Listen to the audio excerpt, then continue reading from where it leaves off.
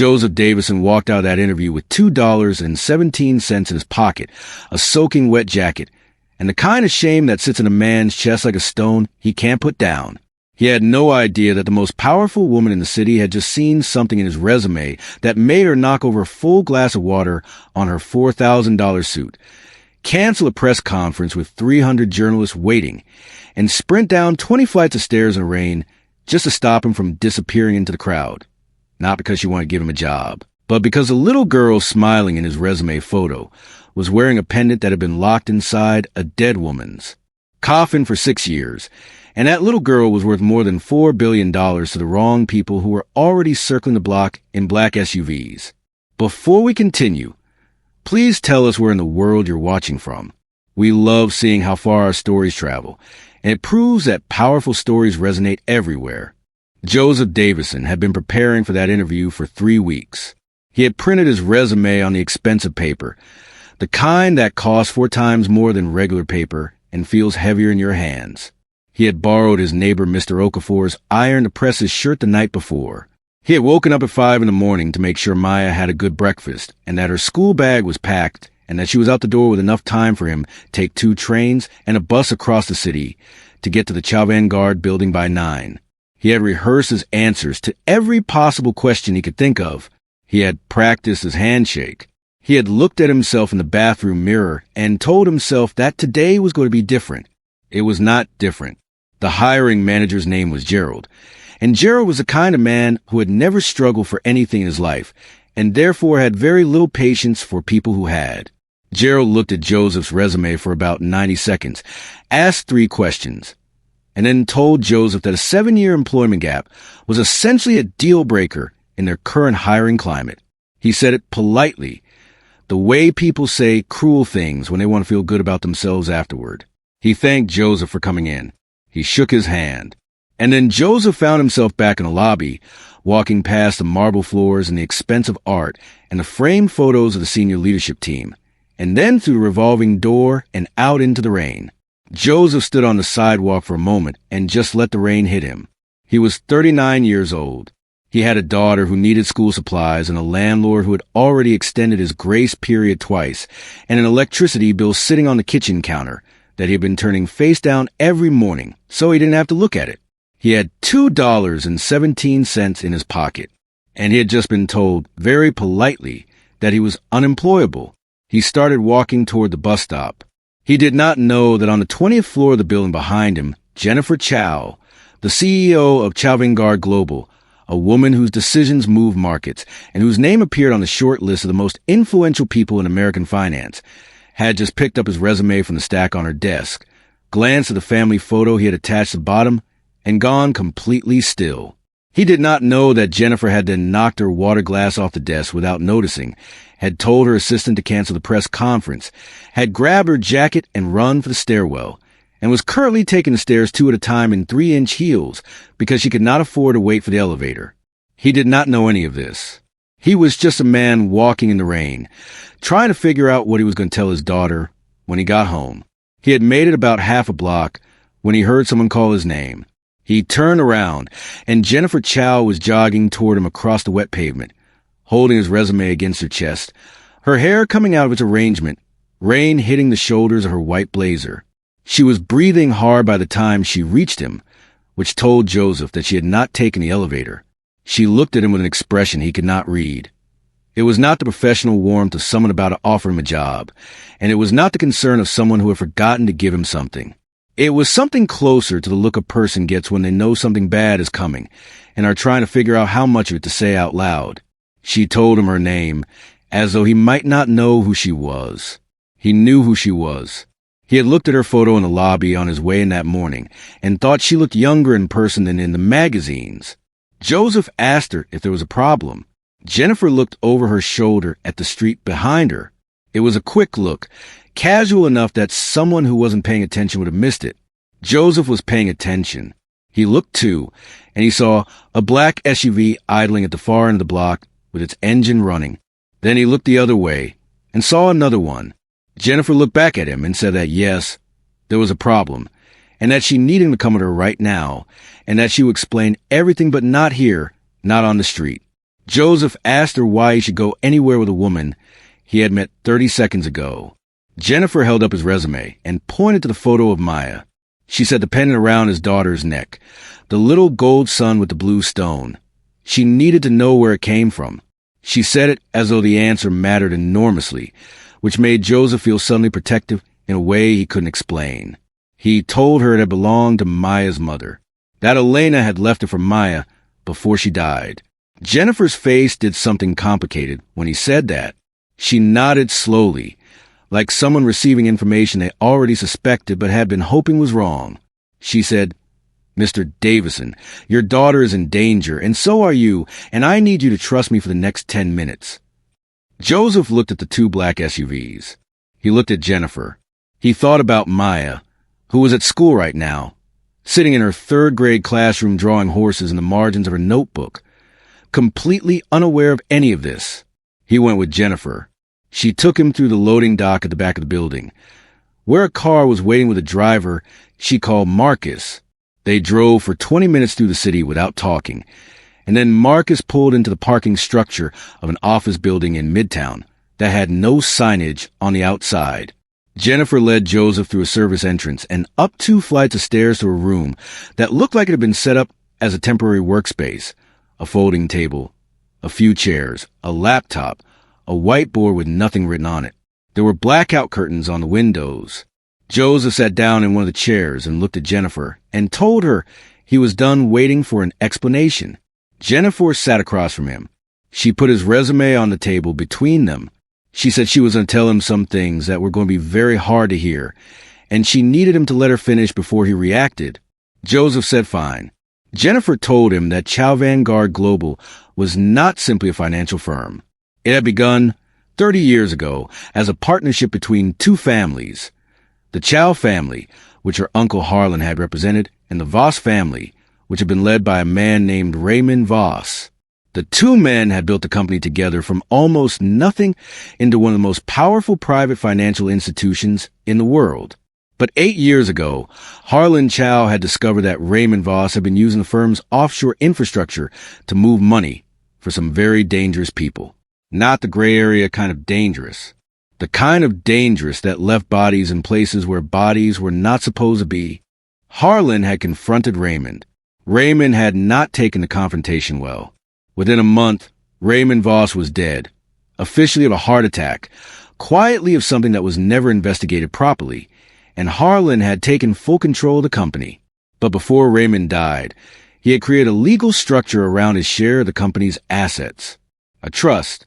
It was designed so that control of Raymond's portion of Chow Vanguard could only pass to his direct bloodline, his daughter, a woman who, according to the official record, had died 4 years later of a long illness, leaving behind a husband and a young child. Joseph had gone very still. Jennifer looked at him and said, "Elena Voss was Raymond's daughter, Mr. Davison. She was the sole heir to a trust worth somewhere between $4 and $6 billion. When she died, or when everyone was told she died, the trust froze. It couldn't be dissolved without proof that there were no living heirs. And it couldn't be claimed without a living heir to claim it." Joseph said nothing. He was looking at the photo of Maya on the resume, still lying on the table between them. Jennifer said, "Maya is Elena's daughter, which makes her Raymond's granddaughter, which means she is the only living heir to that trust. And the pendant, the eternal sun, it was commissioned by Harlan Chow as an anniversary gift for his wife, but he gave it to Elena when she married you because he loved her like a niece. It was the only copy ever made. When Elena died, that pendant was supposed to go into ground with her." Jennifer paused, but it didn't, because Maya has it, which means either Elena gave it away before she died, or, Joseph said, or she didn't die. Jennifer looked at him with something that was equal parts sympathy and gravity. She said, "I don't know the answer to that yet, but I know what the pendant means legally. It is one of 3 biometric identifiers built into the trust security architecture. Harlan was careful. He didn't want the trust unlocked by paperwork alone. He required physical proof. The pendant is one piece. There are 2 others. But the pendant is the key that opens a conversation." Joseph leaned forward and told her to get to the part where his daughter was in danger, Jennifer said that when she saw the pendant in the photo, she understood two things simultaneously. The first was that Maya might be the heir to a frozen multi-billion-dollar trust.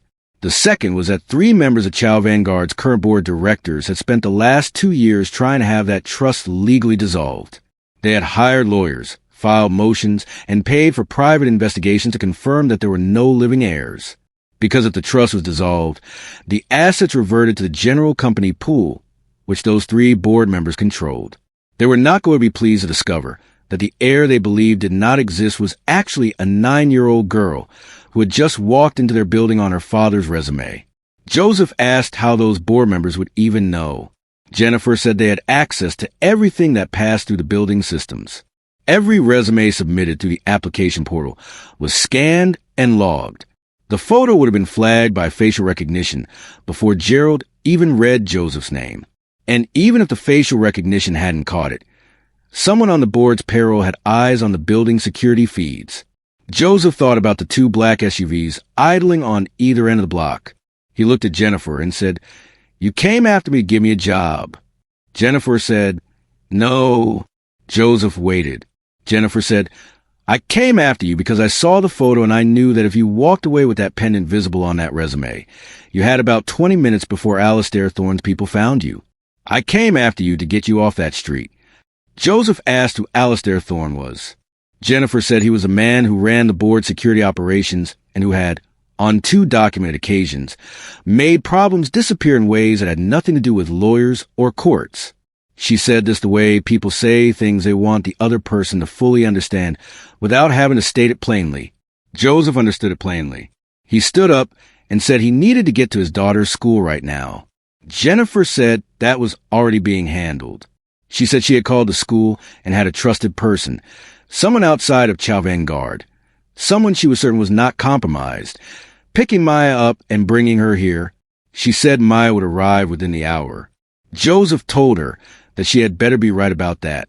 He walked to the window and stood with his back to Jennifer, looking at the closed blackout curtains, thinking about Elena, thinking about the illness that had taken her slowly and then all at once, thinking about the pendant, which Maya had found in a small wooden box in the back of a closet 2 years ago and had decided was her treasure and had worn nearly every day since.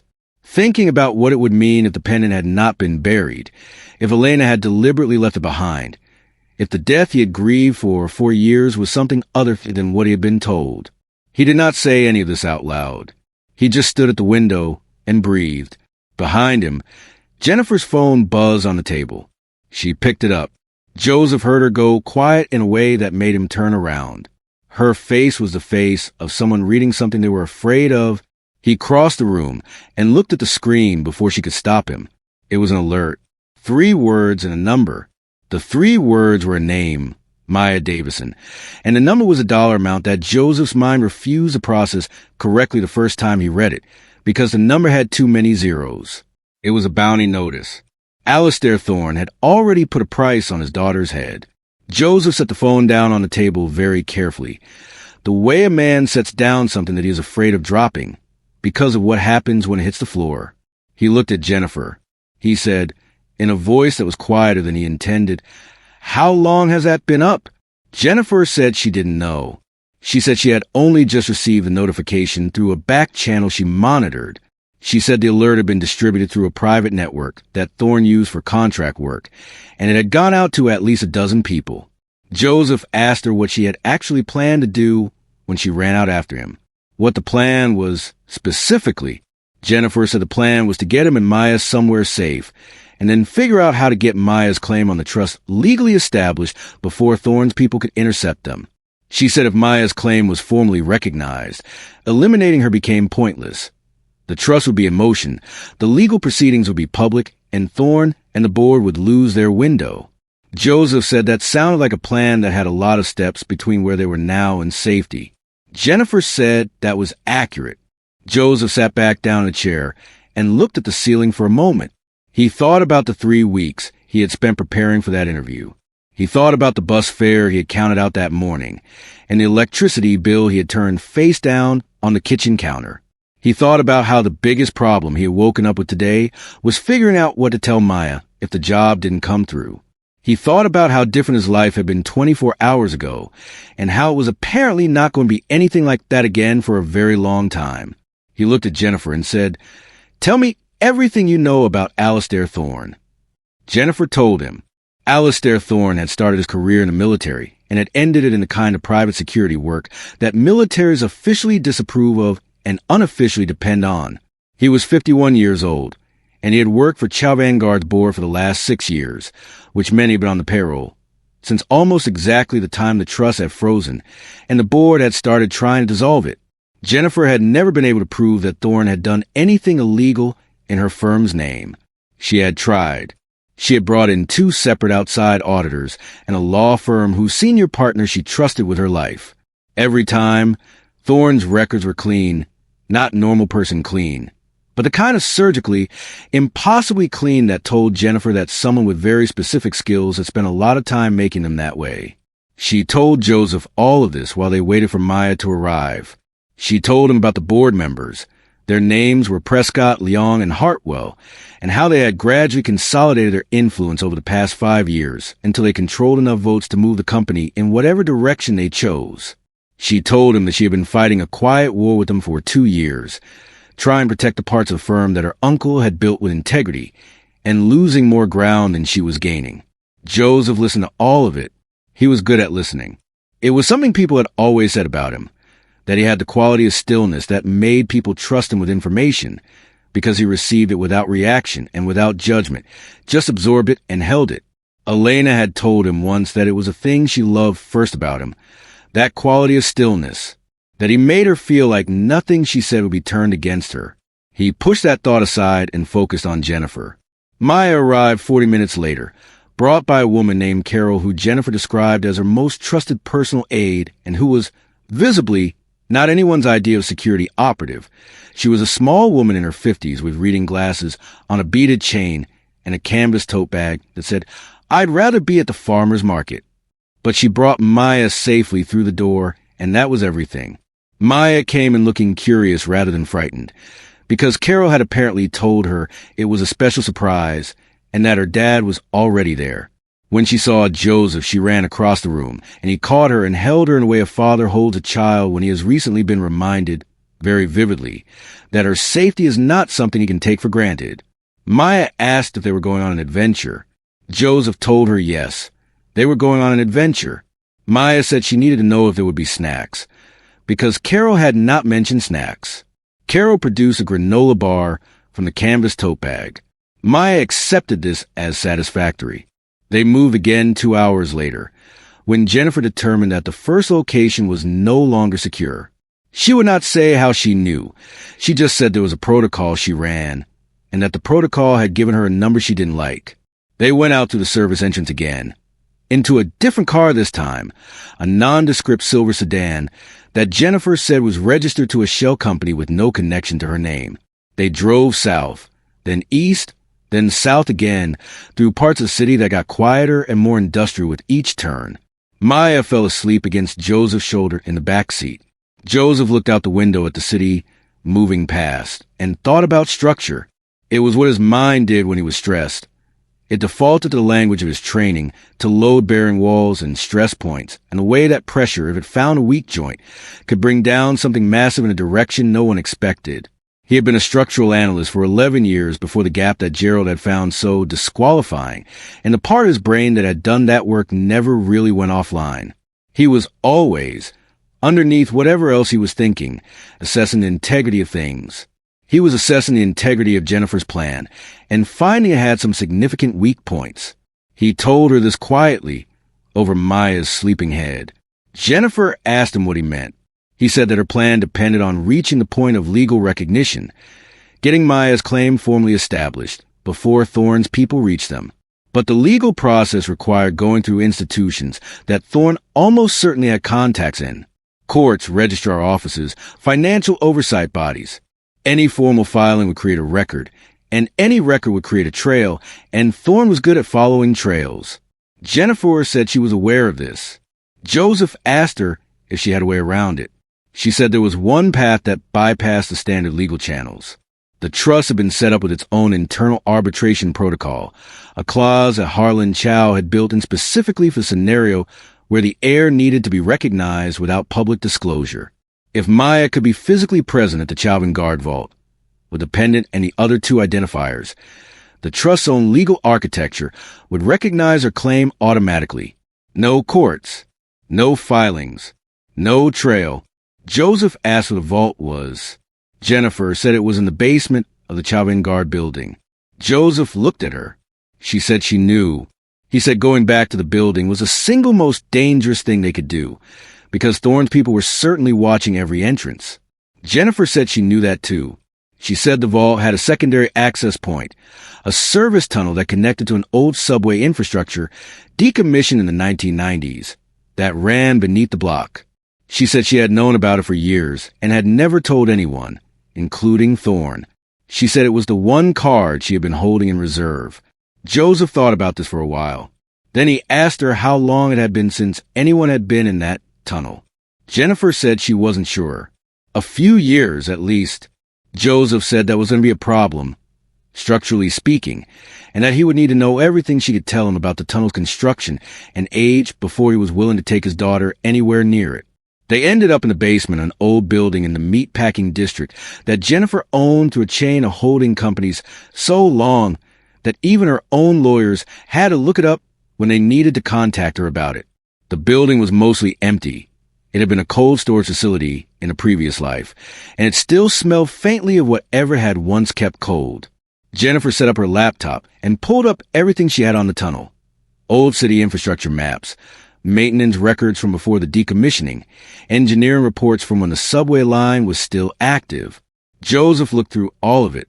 He spread the maps out on the folding table under the fluorescent light and traced a route with his finger, checking junctions, looking at the construction dates, cross-referencing the soil type of what he knew about how these old tunnels aged. He made notes in the margins of the printouts in his small, precise handwriting. Maya woke up from her nap and came to stand next to him and ask what he was doing. He told her he was reading maps. She looked at the maps with the serious expression of a 9-year-old who had decided to take an interest in something and said they looked old. He said they were old. She asked if old maps were still right. He said that was a very good question, and that the answer was that they were right about things that didn't change, like the distance between 2 points. But you always had to verify the things that could change, like whether the floor was still solid or whether the ceiling still had its supports. Maya considered this, and then asked if she could have another granola bar. Carol, from across the room, produced one from the canvas tote without looking up from her phone. It was somewhere around 2 a.m. when Thorne found them. Joseph didn't know it was Thorne's people at first. He heard a sound from above them, a soft, deliberate sound, the kind of sound that a building makes when it is being moved through carefully by people who do not want to be heard. But careful is not silent. And Joseph had spent 11 years developing the habit of listening to what structures tell you, and what the building above him was telling him was that there were at least 3 people moving across the floor overhead in a pattern that was too coordinated to be anything innocent. He woke Jennifer with a touch on the shoulder. She was awake instantly, in the way of people who have learned to sleep lightly because they can't afford to sleep deeply. Joseph put a finger to his lips and pointed at the ceiling. Jennifer listened. She heard it too. Her face to the thing it did when she was frightened, the jaw set, the eyes going very still. But she didn't make a sound. Joseph looked at Maya, who was asleep on the old office chair they had found for her head resting on her folded arms. He looked at Carol, who had been dozing in the corner, and was now fully awake and looking at him with the calm expression of someone who had been in difficult situations before and knew that panic was the enemy of survival. He looked at the layout of the room. 1 door in, 1 window that was painted shut, service ducts along the wall that were too small for a person. Then he looked at the structural map of the building that he had been cross-referencing earlier. He had noted several things about this building's bones while he was studying it. One of those things was that the original cold storage facility had been built over a pre-existing structure, and the foundation had a section of differential settlement on the north side, meaning one part of the building's base had shifted slightly relative to the other, which was old and stable but which had created, over time, a narrow fault line in the concrete between the basement's north wall and its foundation, not dangerous under normal conditions. But if something heavy or a concentrated force were applied to the right point in that wall, the weakened joint would channel the energy in a very specific direction. Joseph picked up a folding chair. Jennifer gave him a look that clearly asked what he was doing. He told her, very quietly, to get Maya and move to the east corner and stay low. Then he hit the north wall with the chair, not randomly, but precisely, at the spot as I had identified from the map and from 30 seconds of looking at the actual wall in front of him, at the hairline crack that ran from floor to ceiling there. He hit it twice hard, and on the second hit there was a sound like a giant clearing its throat, deep and slow, and then the north wall section cracked, and a 2-foot section of the ceiling above it came down in a controlled cascade of concrete and dust that completely blocked the doorway. Not the room, just the doorway. From above, the sound would have registered as a structural failure, which was exactly what it was, just a planned one. Joseph moved to Maya, picked her up, and carried her across the room. Maya woke up in his arms and looked at the cloud of dust settling around the blocked doorway and said, "Whoa." He said, "Yeah." Carol was already at the east wall, where Joseph had noticed, while studying the building, that the original cold storage had a secondary access panel, a large metal hatch, painted over 20 times so that it looked like part of the wall until you knew to look for it. Joseph had known to look for it. He found the seam with his fingers, found a handle under layers of old paint, and pulled. The hatch opened with a sound like complaint. Behind it was a service passage, low ceiling and dark, with a concrete floor and iron pipe running along both walls. Joseph looked at Jennifer. Jennifer said, "That connects to the old transit infrastructure, the tunnel I told you about." Joseph said he knew. He had seen it on the maps. She said, "You planned for this." He said, "I plan for what I can see coming. Let's move." The service passage ran for about 60 feet before it opened into something larger, a proper tunnel, round-walled, tiled in the white ceramic of old New York subway construction, with a rusted rail still running along the floor and emergency lighting strips on the ceiling that, remarkably, still had power. The air was cold and smelled of deep earth and old metal, and something faintly mineral that Joseph couldn't identify. Maya held his hand and looked at everything with the wide-eyed attention of a child for whom this was genuinely an adventure. Joseph held her hand and kept his eyes moving. They moved through the tunnel for 20 minutes, Jennifer navigating from memory and from a mental map. She had built over years of knowing this was here, and occasionally reminding herself of its route the way people occasionally remind themselves of emergency exits, just in case. She led them through 2 branching junctions, under a section of tunnel where the ceiling had partially collapsed and they had to crouch and move carefully, and then up a set of iron stairs that creaked with each step but held. At the top of the stairs was a heavy door. Jennifer had a key. Behind the door was the sub-basement of the Chavin-Guard building. They were inside. Listen, if you're still here, it means you're invested. You want to see what happens next. But here's the reality. Most people watch stories like this and scroll away without subscribing. They enjoy it, then vanish.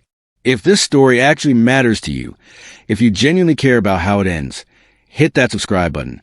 It only takes a second.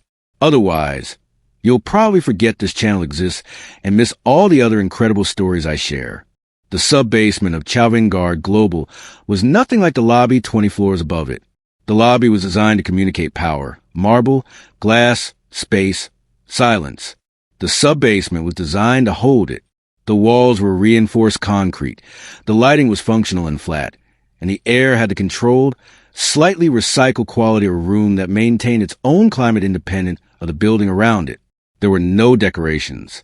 There were no windows. There was a long corridor, and at the end of it was a vault door that was the size of a large truck and made of something that clearly weighed more than any one person could guess from looking at it. And the vault door was open, not ajar, not cracked, open, standing wide. The massive door swung back on its hydraulic hinges, the interior of the vault visible beyond it, lit from within by its own lighting system. Joseph stopped walking. Jennifer stopped beside him. Carol stopped. Maya stopped. For a moment, they all just stood at the end of the corridor and looked at the open vault door and the light coming from inside it and the shape of a figure standing within that light. The figure was a woman. She was standing with her back to them, looking at something on the vault's interior wall, a panel of some kind, lit with soft indicators. She was tall and lean, with dark hair pulled back, and she was wearing a long dark coat. She heard them. She must have, because she stilled, and then she turned around slowly, the way a person turns around when they have been expecting this moment and have had time to prepare for it. Joseph knew her face before he had finished processing the fact that he was seeing it. He had looked at that face for 11 years across kitchen tables, and in the early morning light before the alarm went off, and in hospital rooms, and in a photograph on his nightstand that he had not taken down because he could not bring himself to. He knew that face better than he knew his own. Elena, not dead, not a ghost, standing in the vault of $1 billion company in a dark coat, looking at him with the expression of a woman who has rehearsed this scene so many times in her head that the actual moment of it feels like stepping into something she already lived. Joseph stood in the entrance to the vault corridor and looked at his wife and said nothing. He could not find the beginning of a sentence. There was no part of his mind that was currently capable of constructing one. Maya said, "Mommy?" The word went through the room like something physical. Elena's face moved. It was the only time, in the first 30 seconds of that moment, that her face did anything other than maintain its careful composure. Something crossed it. It was fast, and Joseph would spend a long time afterward trying to name it, and he would never settle on one word. And then the composure returned. She said, "Hi, baby." Maya took a step forward. Joseph put his hand on her shoulder, gently but firmly, and kept her where she was. Maya looked up at him, confused and urgent, with the expression of a child who has been told something is impossible for 4 years and has just been confronted with evidence to the contrary. Joseph did not look at her. He kept his eyes on Elena. He said, in a voice that was steady in the way a wire is steady when it is under maximum tension, "How long?" Elena knew what he was asking. She said, "For years." Joseph breathed through his nose and said nothing. Elena said, "I need you to let me explain." Joseph said, "You need a lot of things." Start explaining. Elena Voss. And that was her name. The name she had been born with, the name she had legally submerged under his when they married, told him everything. She told it the way a person tells someone they've been carrying for a long time, not with drama, but with a flat, tired quality of a weight finally being set down. She told him that she had known, for most of their marriage, who her father was, not the father she had presented to Joseph, the businessman, the difficult man she'd had a complicated relationship with, the one who had died a heart attack 6 months before they met. The real Raymond Voss. The things he had done. The way the company he had built was built. She had spent years telling herself that she was separate from it, that his crimes were his and not hers, that she had nothing to do with what he had been. And then, 3 years into their marriage, she had found out that Harlan Chow had built a trust in her name. Her father's assets, ring fence for her, blood money, every dollar of it, but legally hers. And she had looked at their life, at Joseph's work that paid enough to live but not enough to save, at the apartment that was too small for a family they wanted to grow, at the future that was real but narrow, and she had understood that she was the heir to something that could change all of that. That could change everything. She had also understood that claiming it openly was impossible. The moment she surfaced as Raymond Voss's daughter, everything her father had done would attach to her. She would be investigated, scrutinized, associated with things that could not be defended. The trust would be frozen pending investigation, possibly for years. And she had looked at what Alistair Thorne and the board were doing. Their quiet campaign to dissolve the trust, to swallow those billions into their own control pool, and she had realized that the only way to fight them was to fight from inside their world. So she had faked her death. She had arranged the illness carefully, the progression of it, the documentation, the specialists. She had used connections she had quietly built over years through her father's old networks. She had chosen a coffin and chosen what went into it. And she had thought, in the days before she disappeared, about the pendant, about what it was and what it meant legally, and about Maya, who was 5 years old and did not understand why her mother was sick, and who had a large eyes of a child who absorbs things they cannot yet name. She had left the pendant for Maya. A deliberate choice, a calculated one, dressed up in the language of love. She had then spent 4 years positioning herself within Thorne's network as an anonymous financial partner. The shadow partner. They called her a source of capital and intelligence whose identity no one knew, funding the very operation she was working to eventually dismantle from within, learning their systems, identifying their weaknesses, waiting for the right moment to surface with enough leverage to claim the trust and end Thorne's play simultaneously. She had not known Joseph would walk into the Chow Vanguard building looking for a job. She had not known Jennifer Chow would see the pendant in the photo. She said this as though it were a mitigating factor. Joseph looked at her for a long time without saying anything. He looked at the woman he had grieved for 4 years. He looked at the woman who had kissed Maya goodbye in a hospital bed and arranged to make a 9-year-old think her mother was dead. He looked at the woman who had left a piece of jewelry on a child as a legal instrument. He looked at the woman who had spent 4 years letting him believe he had lost her. He said, "You use her." Elena said, "I protected her." Joseph said, "You left her." Elena said, "I left to come back with enough to give her a life that mattered." Joseph said, "She already had a life that mattered." Elena was quiet for a moment. Then she said, "You know that's not entirely true, Joseph." And the terrible thing, the thing that sat in his chest like the coin he had counted that morning, was that he did know. He knew what their life had been. He knew the electricity bill turned face down on the counter. He knew the school supplies. He had put on a credit card that was nearly at its limit. He knew the particular way he had learned to calculate whether they could afford a thing, the small mathematics of not enough that had been the background noise of their life together. He knew all of that. It didn't make what she had done right, but he knew it, and it meant he couldn't dismiss her words the way he wanted to. He looked at Jennifer. Jennifer was standing to his left, and she was looking at Elena with an expression that was not surprise. Jennifer had suspected something like this, Joseph realized, for longer than tonight, but with the careful attention of someone who was measuring a situation and trying to decide what it means for them. Elena looked at Jennifer too. She said, "I know what you're planning. You want to get Maya to the vault panel and trigger the recognition protocol. You want her claim established so that Thorne loses his reason to come after her." Jennifer said yes. Elena said, "You need me for that. The pendant is one identifier. The second is a blood sample from a verified Vos heir, me, which the panel registers biometrically. The third is a legal attestation. Together, the three of them trigger the protocol and establish Maya's claim." Jennifer said she knew that. Elena said, "Then we need to decide, right now, whether we're going to do this together." Joseph said, "Nobody is deciding anything until someone tells me where Thorne is." As if an answer to that, the lights in the sub-basement flickered. Then they heard it. The sound that Joseph had learned to read. The sound of a structure being moved through by people who were good at it, but not good enough to fool him. From somewhere above them, and from the direction of the corridor that led to the stairs they had come down. Both at once. Thorne had found them. Joseph's mind went immediately to the building. That was the thing about 11 years of structural analysis. It wired the brain in a particular way, so that any enclosed space became, automatically, a problem of load and force and movement and resistance. The sub-basement of Chow Vanguard Global was a very old structure under a very new one. The original foundation was from the 1930s, and the modern building had been constructed above and around it, which meant there were layers of structural logic here, old decisions informing new ones, stress points where the original and the contemporary met and negotiated. Joseph had looked at the building plans.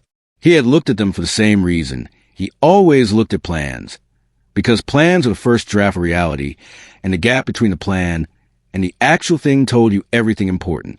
He had seen something in those plans that he had filed away and not said out loud to Jennifer. He said it now. He said that the northeast corner of the sub-basement was a transfer point, a place where the load from the new building's foundation was being channeled through the original structure's remaining skeleton. It was sound engineering, but it had a specific characteristic. The vertical load path ran directly through a single reinforced column in that corner. If that column was compromised, the load would have to redistribute. The redistribution would follow the path of least resistance, which was the interior partition walls of the sub-basement's outer corridor, which meant the corridor would develop a progressive pressure load that would make it very difficult for anyone in it to move forward, without the ceiling actively working against them. Jennifer said, "You're talking about bringing down the corridor." Joseph said, "I'm talking about making it extremely unpleasant to be in the corridor for anyone who isn't already inside the vault room." Elena said, "And how do you propose to compromise a reinforced column?" Joseph pulled his interview notes out of his jacket pocket. 3 weeks of preparation. Gerald had spent 9 minutes with those notes and seen a list of failing man's over-preparation. What they actually were was a structural critique of the Chow Vanguard building's logistical infrastructure, something Joseph had done automatically the way he did everything, because he could not look at a building without reading it. He had noted, in the margins of those notes, 7 specific structural inefficiencies. One of them was a northeast column in the sub-basement. He had written, in his small, precise handwriting, that the column's rebar configuration had been improperly documented in the building's updated plans, that what the plan showed as a standard reinforced column was, in actuality, a composite column with a non-standard mixed ratio that reduced its lateral resistance by approximately 30%, not dangerous under normal conditions, notable under abnormal ones. He had written it as an observation. He had not imagined, when he wrote it, that he would ever use it for anything other than a thought experiment. He crossed to the northeast corner of the vault room with purpose. The column was visible from here, a thick concrete pillar, unremarkable, doing its quiet, necessary work. Joseph looked at it the way a doctor looks at a patient, searching, specific. He found what he was looking for in about 40 seconds, a lateral seam at approximately chest height, where the original pour had been interrupted and resumed, which created a natural weak interface. The kind of thing that passed every inspection, because inspectors looked at the documentation, and the documentation was wrong. He looked at Carol. Carol looked back at him. He asked if she had anything heavy in the canvas tote. Carol reached into the tote and produced, with the expression of a woman who had seen too much today to be surprised by the question, a hardback book that was approximately the size and weight of a small brick. It was, Joseph noticed, a collected edition of Wallace Stevens's poetry. He took the book. He looked at the column. He positioned himself. Elena said, "Are you about to hit a structural column with a poetry book?" Joseph said, "It's load-bearing poetry." He hit the seam, not with the book's spine, but with its corner, concentrated force at the precise point, and the column did what it calculated it would do. It did not collapse, because columns do not collapse from a single hit, but it cracked along the seam in a way that was audible and specific, and that told Joseph exactly what he needed to know. He hit it twice more, relocating slightly each time, following the crack's natural progression. The building groaned. It was a low sound, felt more than heard, the sound of thousands of tons of structure, making a small adjustment to a new reality. In the corridor outside, there was a different sound, the sound of things shifting, of a ceiling exerting new pressure on the floor below it, of men shouting. Joseph said, "The corridor is now very difficult. We have approximately 7 minutes before it's passable again. Someone needs to start the recognition protocol." Elena went to the panel. It was built into the interior wall of the vault, a sleek surface that looked almost decorative until you knew what it was. She placed her hand flat against it. The panel read her biometrics, not just a handprint, but the full blood-type signature, the capillary mapping, the genetic markers that her father had apparently been paranoid enough to build into the system in 2003, when the trust was created. The panel lit up in a soft gold. First identifier confirmed. Jennifer brought Maya to the panel. She explained to Maya, with a calm that Joseph noted and respected, that the pendant she was wearing was very special, and that there was a small reader on the panel that needed to recognize it, and that Maya just needed to hold the pendant near the panel for a moment. Maya, who had been sitting in the corner of the vault watching the adults move around with the focused, processing expression of a child who understands more than the adults believe, stood up and walked the panel and held the pendant close to the reader the way Jennifer showed her. The panel's light changed color. Gold deepened to amber. Second identifier confirmed. The legal attestation was the last piece. Jennifer had it, a document she had prepared 3 months ago, when she had first begun to suspect that the heir might exist, signed and sealed by a notary whose credentials were ironclad and whose connection to Chavin Guard was so thoroughly documented as to be beyond challenge. She had been carrying it in the black folder Joseph had watched her clutch to her chest on the rainy sidewalk that morning. She had been carrying it, Joseph realized, because she had already been planning for this scenario before she ever ran out the door after him. She placed the document against the panel's document reader. The panel went white. Then it went quiet. Then it produced a sound that was not dramatic. It was almost anticlimactic, a clean, soft chime, the sound of the system that had been waiting for 11 years for the right combination of inputs and had, without any ceremony at all, received them. Maya Davison's claim on the Raymond Voss Trust was formally recognized. The trust was no longer frozen. They heard Thorne's people getting through the corridor about 6 minutes later. By that time, Joseph had used Jennifer's laptop and the vault's own network connection, which, as a sealed system, ran on its own fiber and was not observable by the building's regular security infrastructure, to do something that Gerald, the hiring manager, would never have imagined was possible from a man he had written off in 9 minutes. Joseph had opened the company's logistical architecture, not the financial systems. He couldn't get into those, and he didn't try. What he opened was the operational layer, the layer that governed the building's internal communication systems, its document management infrastructure, its automatic regulatory reporting channels. He had seen the flaws in this layer when he was preparing for the interview, because he had done what he always did with any structure he studied.